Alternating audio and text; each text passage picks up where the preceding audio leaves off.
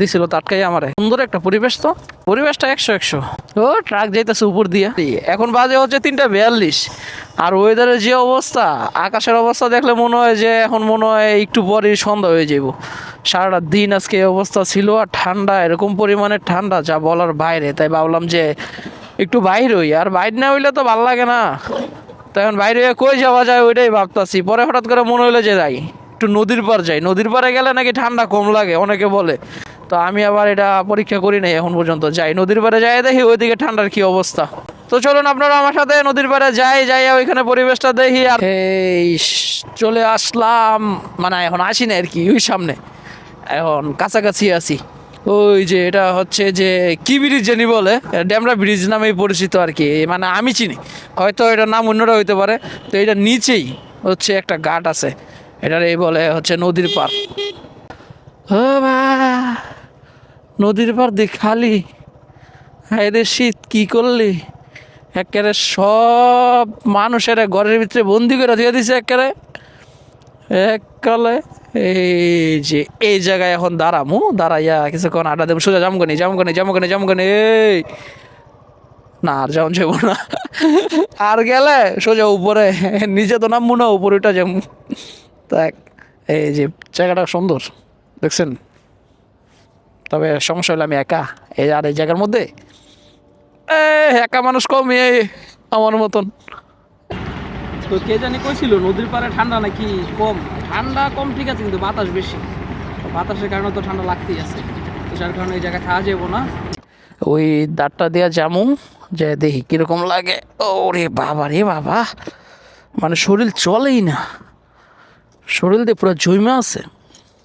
এই একটু 19-20 হইলেই নিচে, আর ওই যে ওই জায়গা দিয়েও নিচে পড়লে ক্যারেন দিয়া টাইনা তুলতেই যাই। এই তবে ঘাটপাটটা সুন্দর, সবার জন্য না, আমার মতো সিঙ্গেল যারা আছে এদের জন্য না। এই সাইডটাতে একটু ঘুরি, সামনের দিক যাই, সামনে এদিক দিয়ে কই যায় আমি নিজেও জানি না। তো আমি আরতে থাই এদিক দিয়ে, সরি আরতে না, তো আমি বাইক নিয়ে যাইতে থাই এদিক দিয়ে, দেখি সামনে এটা রাস্তার শেষ কোথায়। ও এটা আবার কি লাইন, ট্রেন চলে নাকি? ও ফিলে তো আছে, ভাইয়েরা গান করতেছে পারে বসে, নাইস।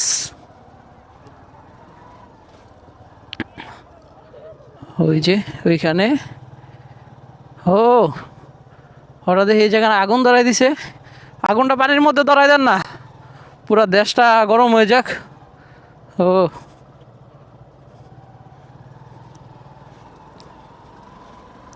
বাহ, তবে এই জায়গায় ঘুরতে এলে মজাই লাগে, মজা। যাইতে তাই সোজা কই যাওয়া যায় তো জানি না।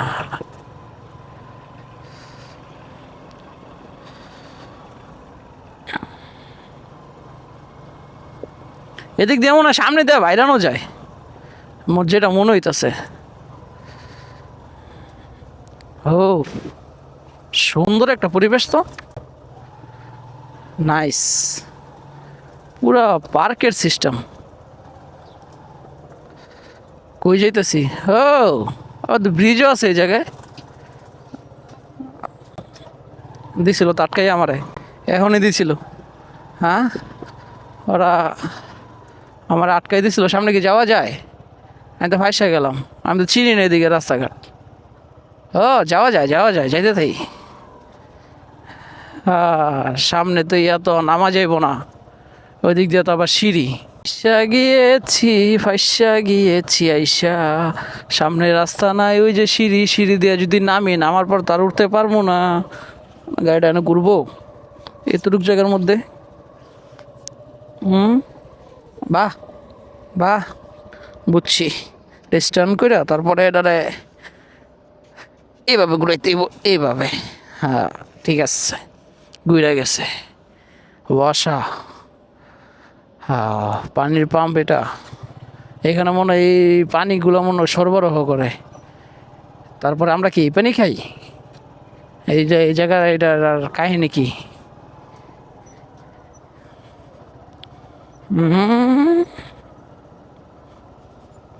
তবে পরিবেশটা 100-100। জামুগন এদিক দিয়ে নাইমা পানির থেকে একটা ডুব দিয়েই এদিক দিয়ে ওমা সার দাঁড়ায় রয়েছে।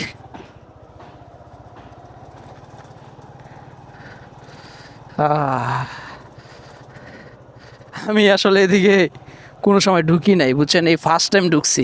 ঢুকে সেটা সামনে গিয়ে দেখি মহা বিপদ, সামনে সিঁড়ি দেওয়া, সিঁড়ি দিয়ে যদি আমি বাইক নিয়ে নামার পর আর উঠতে পারবো না। তো যার কারণে আল্লাহর ডাকতে ডাকতে জায়গা ওই সামনে দিয়ে পুরা ওরা রাস্তা ব্লক কইরা হর্ন দিয়ে দেখি চাপেনি, না চাপলে দিমো একদম উড়াইয়া। এখন আর কোনো থামাথামি নেই। তখন তখন তো থামছিলাম, এখন থামলাম রেলে। ভিউটা দেখেন, সুন্দর একটা ভিউ না? এটা হচ্ছে যে আপনার ড্যামরা ওই যে ব্রিজের নিচে, এটারে কি গাছ জানি বলে, আমি আসলে মূলত জানি না। যদি আপনারা জানেন, আপনাদের এলাকার হয়ে থাকে, তাহলে আমার একটু জানাইন তো এটা কি গাছটার নাম কি। আমরা তো চিনি শুধু নদীর পাড় হিসাবে, মানে আমি চিনি আর কি, নদীর পাড় নামে চিনি।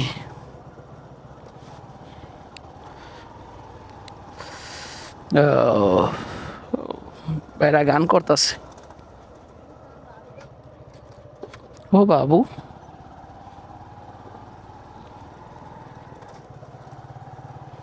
ও ট্রাক যাইতেছে উপর দিয়া, সুন্দর।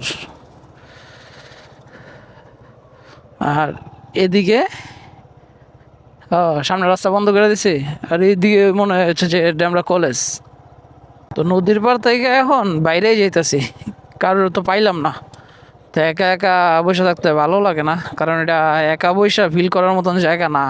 ঘটনা সত্য বুঝছেন, এতক্ষণ তো নদীর পাড়ে ছিলাম, মনে হয়েছিল যে না ঠান্ডা লাগতেছে, কিন্তু ওই জায়গা থেকে এই জায়গা ঠান্ডা আরো বেশি।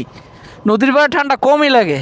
এটার সায়েন্সটা কি, এটা আমি শুনছি, অনেকে আমার বলছে, যেহেতু আমি সায়েন্সের স্টুডেন্ট না, আমি আসলে এটা জানি না যে নদীর পাড়ে ঠান্ডা কম লাগার কারণ কি, কাহিনী কি।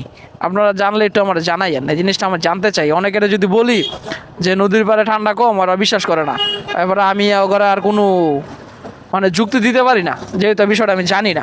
আমি অত শোনা কথায় বিশ্বাসী আর কি, মানে সরি, বিশ্বাস করে বলছিলাম।